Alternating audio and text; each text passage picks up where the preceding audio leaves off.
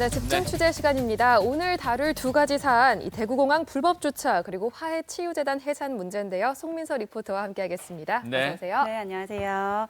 네, 먼저 불법 주차 관련해서 이야기를 나눠보도록 하겠습니다. 지금 옆에 모니터 보시면요, 불법 주차되어 있는 차들을 보실 수가 있습니다. 네. 바로 이곳이요, 대구공항 국제공항 야외 주차장 옆에 버젓이 불법 주차를 한 모습인데요. 좌측에 이쪽에 주차장이 있음에도 불구하고 주차장에 주차를 하지 않고 인도 위에 차를 세워놔서 보행자들의 통행을 가로막고 있는 상황인 것이죠. 이게 주차장이 좀 만차일 가능성도 있고 네.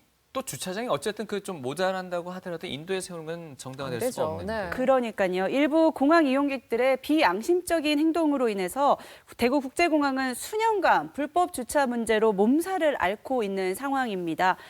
이제 곧 크리스마스 또 연말 등 여행 성수기를 앞두고 공항 인근 불법 주차 문제가 더욱더 심각해지고 있는 상황인데요. 저희 제작진이 그 현장에 직접 다녀왔습니다. 함께 가보시죠.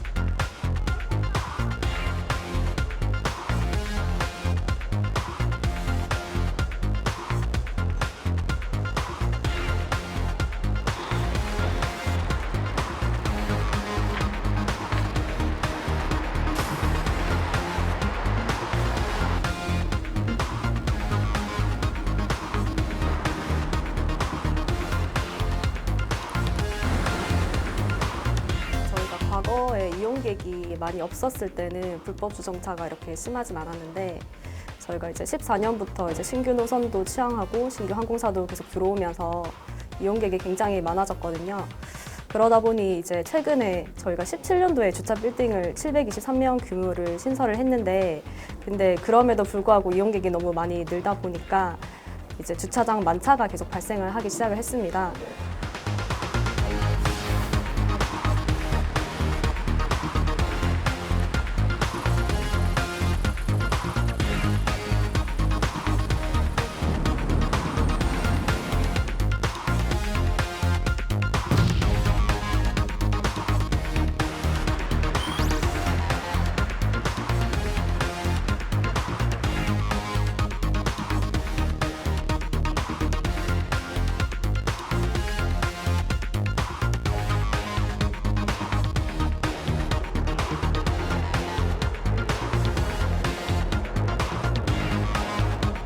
저희가 봐도 안 좋았어요.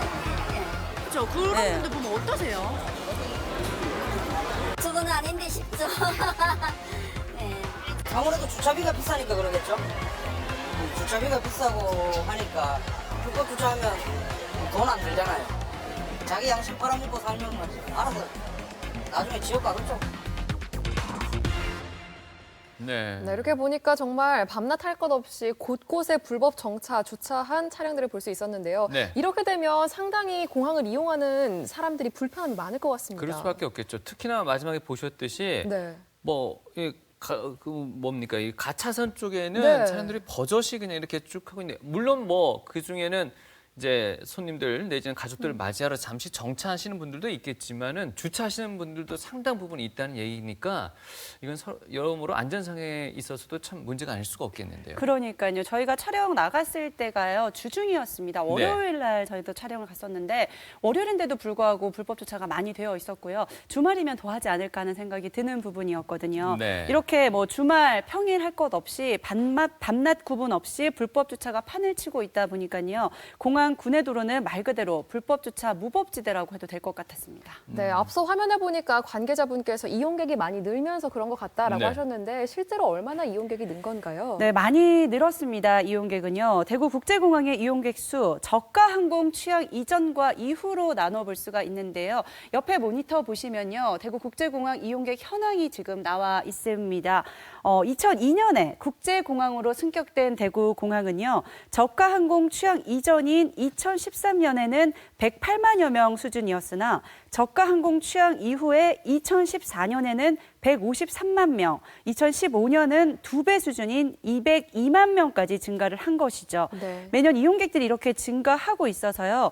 올해는 400만 명이 돌파하지 않을까 하고 예상을 하고 있는데 이 정도 되면 250만 대구 시민 모두가 한 번씩은 대구국제공항을 이용하지 않았나 하는 부분이 느껴지는 것입니다. 사실 이용객이 이만큼 증가했다면 이용객 증가 수만큼 주차면을 늘리지는 못하더라도 그에 상응하는 좀 변화가 있어야 될 건데 앞서 그 영상 보니까는 723면 추가 설치했다 이 말이 잠깐 들리기는 했습니다. 맞습니다. 네. 예. 지난해 추가로 주차 공간을 만들었습니다. 예. 주차 빌딩을 설립해서 운영을 하고 있고 네. 그 외에 4개의 공연 주차장이 지금 운영이 되고 있어서 모두 2,300여 대는 충분히 주차를 할 수가 있습니다. 하지만 늘어나는 이용객 수와 비교를 해봤을 때는 턱없이 주차 공간이 부족한 것은 현실입니다. 네, 아니 이렇게 턱없이 부족한데 주차 공간을 왜 확충하지 못하는 건가요? 아무래도 공항 쪽에서는 당연히 네. 확충을 하고 싶지만 아직 주차 시설을 늘릴 수 없는 이유가 있는데요. 바로 대구국제공항 통합 이전 문제 때문입니다. 공항이 이전될지 아직 이전이 되지 않을지 조금 더 지켜봐야 되는 상황에서 무작정 주차 공간을 계속해서 늘릴 수만이 없는 것은 현실이거든요. 그래서 대구국제공항의 주차난 문제는 당분간 계속해서 이어지지 않을까 하는 생각이 듭니다. 네.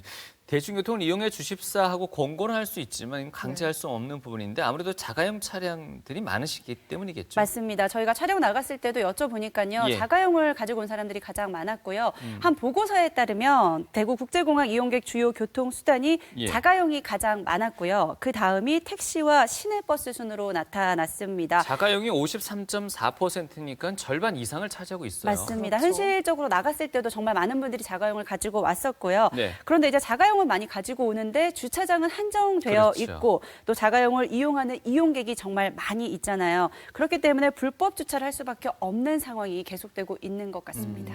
이런 문제를 해결하기 위해서는 이용객들도 조금 대중교통을 이용하는 습관을 늘리시는 것도 필요해 보입니다.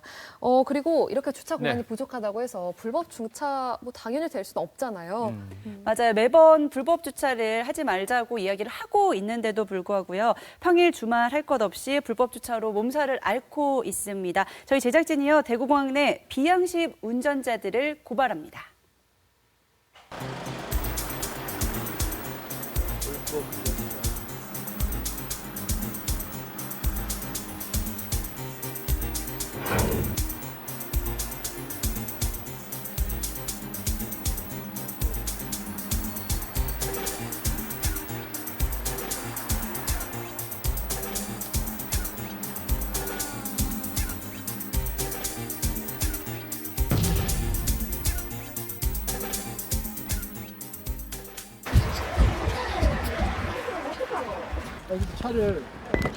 주차를 언제 며칠 동안 해야 되나요? 이렇게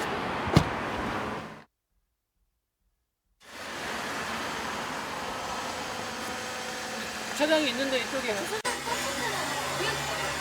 아니 홍천에도 주차장이 있는데 너무 급박하죠? 똑같이 오셔서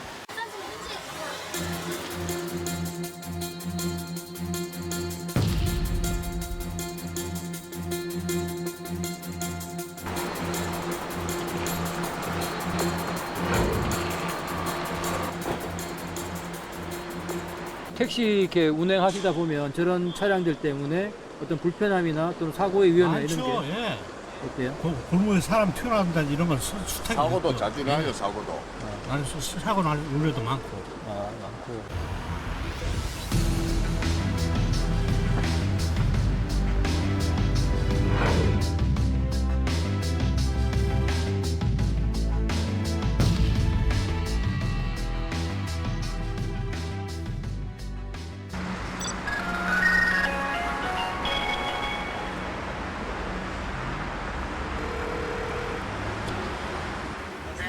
네, 여보세요? 네, 스님, 여기 대구 MBC인데요. 대구 MBC요? 네, 그 실례지만 그 공항에 차량을 이렇게 불법 주차를 하셨더라고요. 인도 위에 차가 세워져 있어서 혹시나 예, 전화 드렸는데 혹시 해외로 나가신 건지 안 그러면 뭐 어떤 이유로 차가 이렇게 세워져 있는지.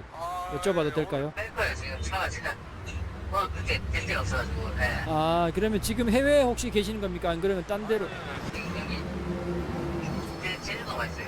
아, 그러신가요? 네, 따로 이렇게 뭐 주차가 만차가 돼서 이렇게 세우신 건지 여쭤봐도 될까요? 이유에 대해. 만차가 있어서 만차가 돼가지고 다 공항 주차장이 다 만차가 돼가지고. 아, 그렇습니까? 네.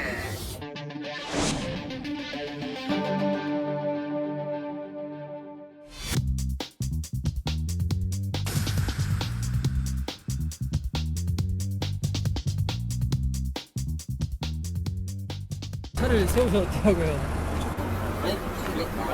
아, 혹시 뭐 이렇게 장기로 해외 출타나 이런 거 갔다 오셨나요? 제주도. 며칠 세우셨어요? 3일. 그러니까 안에 그럼 밖에 세우신 데는 아마 이유가 있을 것 같아요. 어떤 이유 때문에? 그냥 주차장으로.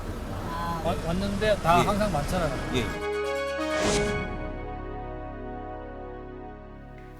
맞습니다. 마지막에 나와 있는 어떤 이유로도 정당화될 수 없습니다라는 문구만큼은 인정하는데 과연 이게 버려진 양심만을 탓해야 될 문제인지 아니면 진짜로 막상 공항에 운전하고 왔는데 차 댈 곳이 없고요. 비행기는 떠나야 되는데 이거 참 여러모로 좀 입장에 따라서는 네, 난감할 좀 수 다를 있는 수는 문제요. 있겠습니다만 그렇다고 해서 이걸 정당화할 수는 어떤 이유에서는 불가능한 거죠. 맞습니다. 예. 불법 주차는요, 정말 어떤 이유에서든 정당화될 수가 없는 부분인데요. 네. 불법 주차 운전자 혼자서 좀 편하자고 아무 곳에나 불법 주차를 하게 되면 나 혼자의 편리함이 많은 사람들에겐 정말 큰 불편함이 될 수가 있습니다. 맞습니다. 예. 요즘 인터넷도 잘 되어 있으니까요. 인터넷 검색을 해보시면 근처에 분명히 조금 걸으시더라도 주차장이 많이 있는 걸로 알고 있습니다. 무료 주차장도 제가 알기로는 있는 걸로 알고 있으니까요. 네. 조금 걸으시고 아니면 먼데 대두시고 택시 타고 다시 이동하시는 그런 비암식적인 행동은 하지 않으셨으면 하는 바람이 있습니다. 아니 그런데 여기서 궁금해지는 게 있습니다. 분명히 불법 주차를 하면 과태료를 부과하게 될 텐데 네. 그건 어느 정도 액수가 되는 건가요? 네, 잘 아시다시피 불법 주차 및 정차의 경우 과태료 당연히 있습니다. 도로교통법 제32조 내지 34조에 따라서 승용차는 4만 원, 승합차는 5만 원의 과태료를 물게끔 되어 있는데요. 근데 여기서 생기는 허점이 하나 있는 것이 가장 큰 문제가 아닐까 하는 생각이 듭니다. 네. 장기간 여행객들에게는 공항의 주차 요금보다 과태료가 훨씬 더 싸다는 점인데요. 모니터 화면 보면서 제가 자세하게 설명을 드리도록 하겠습니다. 예. 모니터 보시면요. 대구 국제공항 주차 요금이 지금 주중과 주말로 나뉘어서 나와 있습니다. 주중에는 주차 요금이 13,000원이고요. 주말에는 15,000원. 일일 평균 요금이 이렇습니다. 자, 일주일 정도 장기 여행을 다녀온다고 가정을 했을 때 공항 주차장에다가 주차를 하게 되면 97,000원을 내야 합니다. 하지만 불법 주차를 하게 되면 과태료 4만 원. 딱 한 번만 내면 된다는 것인데요. 여기에다가 과태료 통지서에 적힌 기간 내에 자진해서 납부를 하게 되면 20%또 감액을 해줘서 32,000원만 내면 된다는 것이 가장 큰 문제가 되지 않나 하는 생각이 드는 부분입니다. 그렇네요. 이거 별로 그렇게 뭐 통계 분석해서 보고 싶지 않은 장면이네. 이게 주차 요금보다 과태료가 오히려 더 싸게 친다. 뭐 이런 식으로까지 좀 해석이 가능할 수도 있겠는데 어쨌든 어떻습니까? 이게 하루 이틀 늘어날수록 과태료도 더 늘어나는 건 아닌가요? 네, 그렇진 않고요. 예. 운 좋게 정말 단속에 걸리지 않는다면 이득이 되는 상황이 될 수가 있는데요. 요즘은 더 철두철미하게 또 단속을 하고 있고요. 네. 자주 수시로 단속을 하니까요. 네. 결국은 이득은 아니고 본인의 양심을 파는 행동이니까 하지 않으셨으면 좋겠습니다. 네. 그러면 하루 세워놓든 여러 일수를 세워놓든 과태료는 동일한 건가요? 그렇죠. 일반 주차장 같은 경우에는요, 날수, 일수에 따라서 주차 요금이 계산이 되지만 이 과태료는 시간에 관계없이 딱 한 번 4만 원만 내면 된다는 것입니다. 불법 주차 얌체족들이 이러한 법의 허점을 노린 부분이기도 한데요. 양심 없는 얌체족들 때문에 불법 주차로 몸살을 앓고 있는 공항 구내 도로뿐만이 아니고요. 공항과 인접해 있는 도로도 지금 몸살을 앓고 있다고 합니다. 공항 근처의 도로도 함께 가보겠습니다.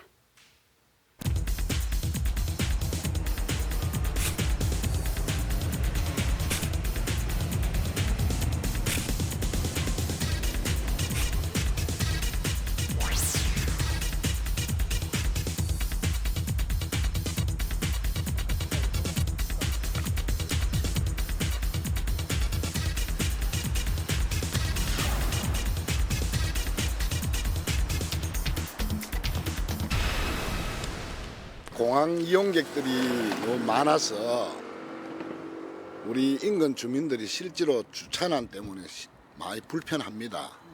불편한데 공항 이용객들은 여기 인근의 민가 쪽에 주차를 해놔놓고 약 4일씩 5일씩 외국 또는 제주도로 여행 가는 관계로 저녁에 일하고 주민들 오면 주차할 곳이 없어요. 그래서 상당한 불편을 가지고 있습니다.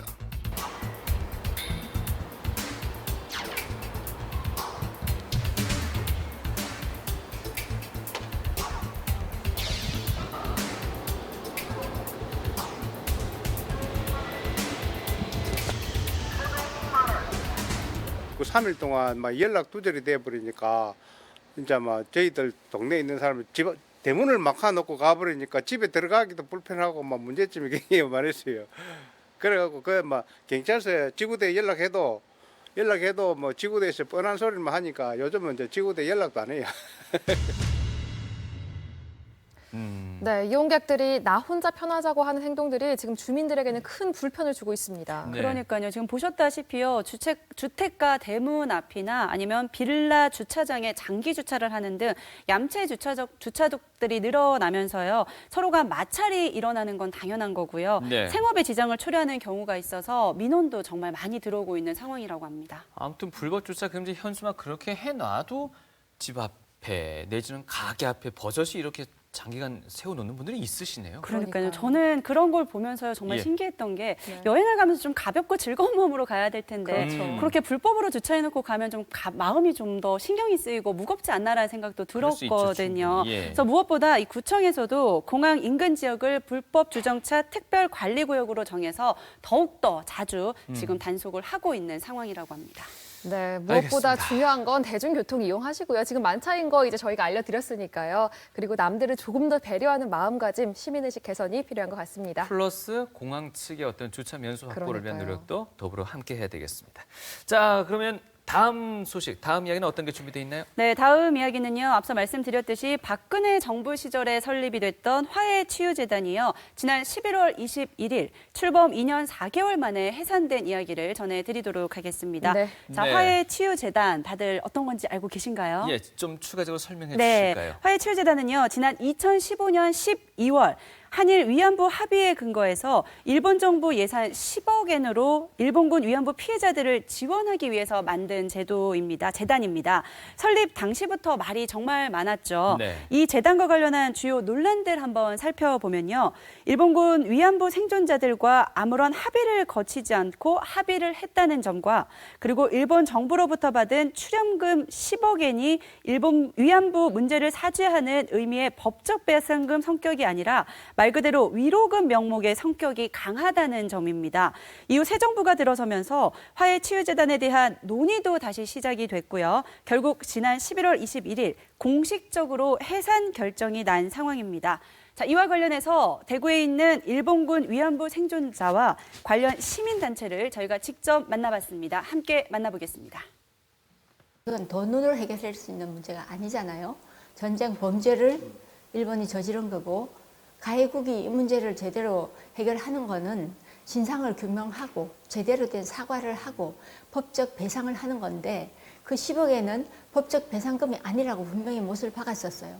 그걸 우리 정부가 받았던 거기 때문에 정말 이건 국민적인 자존심을 짓밟은 거고 피해자 할머니들의 인권을 짓밟은 거였죠. 그래서 저희들은 늦었지만 2년 7개월 동안 그 화해치유재단이라는 걸 만들어서 그동안 참 정말 많은 국민들을 힘들게 했는데 그건 정리되는 게 맞다 이렇게 해서 저희는 환영하는 입장이죠.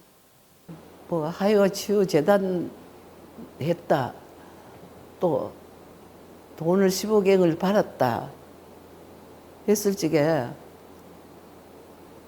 참 어처구니가 없었죠. 이게 해산이 됐다고 했을 적에 제가 믿어지질 않아서 저 혼자 고민을 했습니다.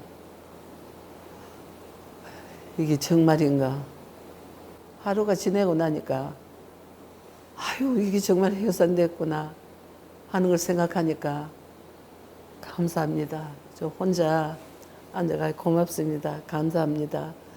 마땅히 이거는 해산되고 하는데 저 할 말이 있습니다. 10억엔을 받았는 거 돌려주세요 하는 겁니다. 네. 뭐 계속해서 그 뉴스를 통해서도 보도되곤 해 왔습니다. 네. 과연 이게 누구를 위한 재단이었고 과연 누구와 누구 사이에 화해하고 치유해 주기 위한 재단이었나라는 부분은 이용수 할머님의 말씀을 통해서도 분명히 반문을 하게 되는데요. 네. 사실 이용수 할머니 지난해 9월 위안부 피해자를 소재로 해서 나왔던 영화 I Can Speak. I Can Speak 주인공으로 실제 또 등장도 맞습니다. 하셨잖아요. 예. 저도 그 영화 보면서 정말 마음이 너무 많이 아파서 많이 울기도 했었는데요.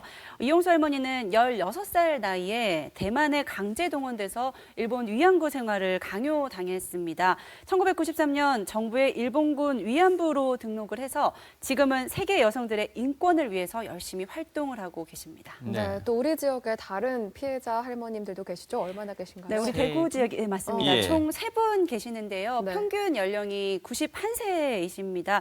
얼마 전 이용수 할머니 구순 생일 잔치도 열렸었는데요. 구순이 넘으신 나이인데도 아직까지는 굉장히 정정하신 편이시죠. 네, 어찌됐든 화해치유재단이 해산을 놓고는 아직까지 좀 청산해야 될 작업들이 있는 거죠. 네, 청산해야 될 작업 정말 많이 있죠. 네. 청산 절차가 6개월에서 1년 정도 걸릴 것 같다고 합니다. 일본 정부에게 받은 10억엔, 그러니까 우리 돈으로 약 98억 원 중에서 50억 원은 이미 사용이 된 상태고요. 앞으로 재단이 사용하고 남은 기금은 어떻게 할 것인지 부분도 잘 봐야 할 것 같고요.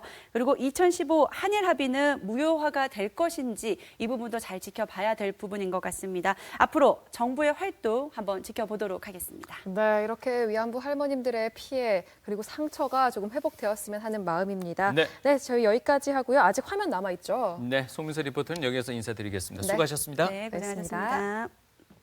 지금 피해자분들이 계속 돌아가고 계시고 몇 분 안 남았는데 정말 저희들은 많이 안타까워요.